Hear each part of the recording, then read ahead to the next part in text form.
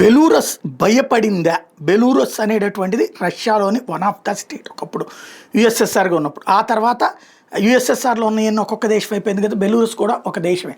ఆ బెలూరస్కి సంబంధించినటువంటి చీఫ్ని లుకషెంకోని మాత్రం పుతిన్ ప్రోత్సహించుకొచ్చాడు. అంతకు ముందు ఉన్నటువంటి పాలకుడిని, అతను రష్యాకి వ్యతిరేకంగా ఉండేవాడు, నాటోకి దగ్గరగా ఉండేవాడు.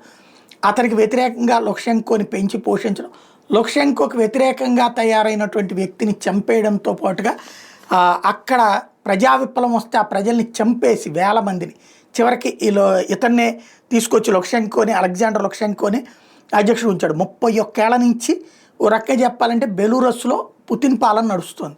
ఇప్పుడు అతను నేను ఎన్నికల్లో పోటీ చేయను, నా వల్ల కావట్లేదు, నాకు ఓపిక లేదంటాడు. ఇంతకాలం ప్రాబ్లం లేదు, ఇప్పుడు ఏంటి, అమెరికా యూరోప్ దేశాల ఒత్తిడి పెరుగుతోంది.